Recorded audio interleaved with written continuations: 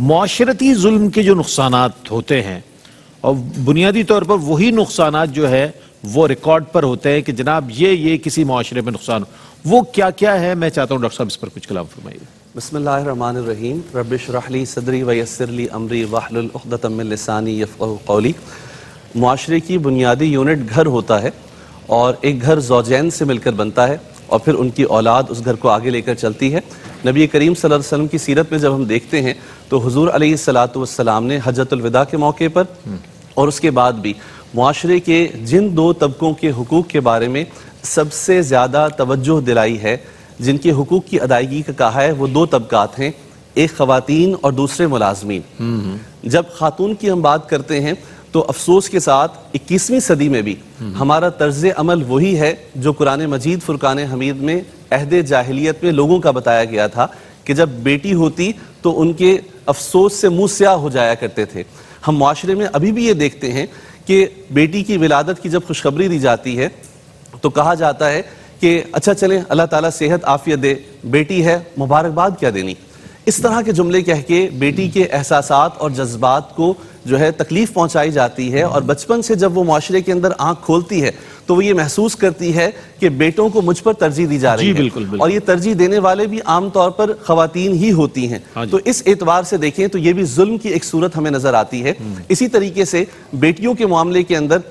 جب زندگی میں ماں باپ کو کچھ دینا ہوتا ہے تو اس کے اندر جو وہ تقسیم کرتے ہیں تو اس میں بھی بیٹوں کو ترجیح دے رہے ہوتے ہیں۔ یہ الگ بات ہے کہ آپ اپنی مرضی سے کچھ بھی دے سکتے ہیں، لیکن اس کے لیے بھی کوئی عدل و انصاف کا کرائٹیریا ہے، اس کے لیے بھی آپ کو یہ دیکھنا چاہیے کہ بیٹی بھی موجود ہے، اس کی بھی ضروریات ہیں۔ اور ہمارے معاشرے کے اندر ایک اور بہت بڑا المیہ یہ ہے کہ ہم ابھی بھی اس دور کے اندر بھی بیٹیوں کو رخصت کرتے ہوئے یہ کوشش یہ ہوتی ہے اور یہ سمجھاتے ہیں، اپنے عمل سے کہتے ہیں کہ جو ہو جیسے حالات ہوں ان کو بھگتنا، چاہے وحشی درندے کو ہی بیٹی دے دی گئی ہو، جو کچھ معاملات ہوں گے وہ کوشش کریں گے کہ بس اسے گھر سے باہر نہ نکلیں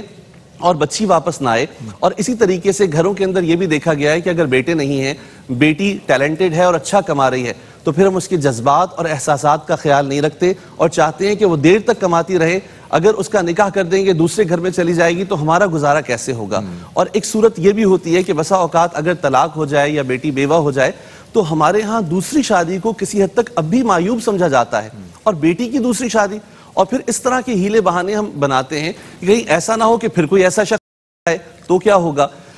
بہن بھائیوں کے درمیان میں آپس میں ایک وقت تک محبت رہتی ہے، بالکل، لیکن جب والدین کا انتقال ہو جائے اور وراثت کی تقسیم کا معاملہ آ جائے تو بھائی یکسر بہنوں کے حقوق کو فراموش کر دیتے ہیں۔ قرآن مجید فرقان حمید نے وراثت کے احکام تفصیل سے بتائے اور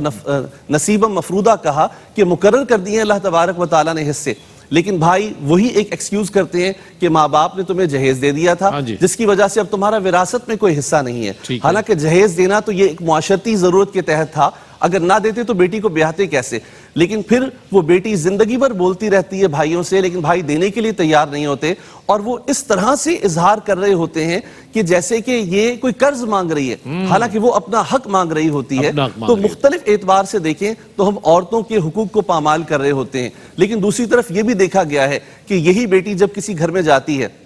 اور اسے وہاں پر تھوڑا سا کھلا ماحول مل جائے تو پھر اسی کو رات کو سسر کی کھانسی بھی بری لگتی ہے،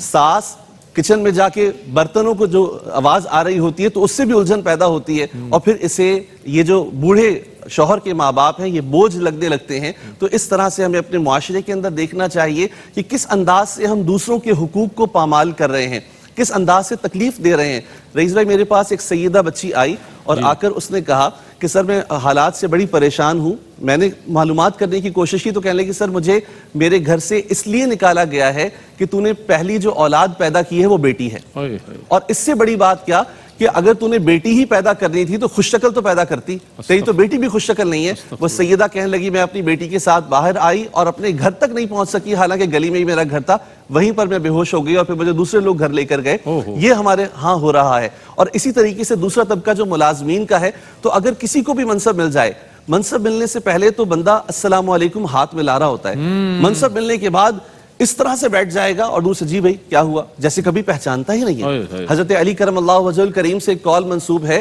کہ منصب ملنے کے بعد انسان کھلتا نہیں بلکہ واضح طور پر سامنے آ جاتا ہے، بے نقاب ہو جاتا ہے اس کا کردار. تو اس انداز سے یہ وقتی منصب ہے، یہ عارضی دنیا ہے. This too shall pass. یہ وقت بھی گزر جائے گا. تو سوچنا چاہیے، اور یہ ہم اپنے اطراف میں دیکھتے ہیں کہ اسی طرح کے فرعون ذہنیت رکھنے والے لوگ جب ان کا کوئی قریبی مرتا ہے تو پھر بھی لوگ جنازے میں آتے ہیں، لیکن جب ان کا اپنا انتقال ہو جائے تو پھر کوئی لحاظ اور مروت نہیں رہتی، کوئی جنازے کو کندھا دینے بھی نہیں آتا. یعنی عارف رومی اپنے دور کے حوالے سے فرماتے ہیں کہ اس دور میں نمرود کا پیسہ،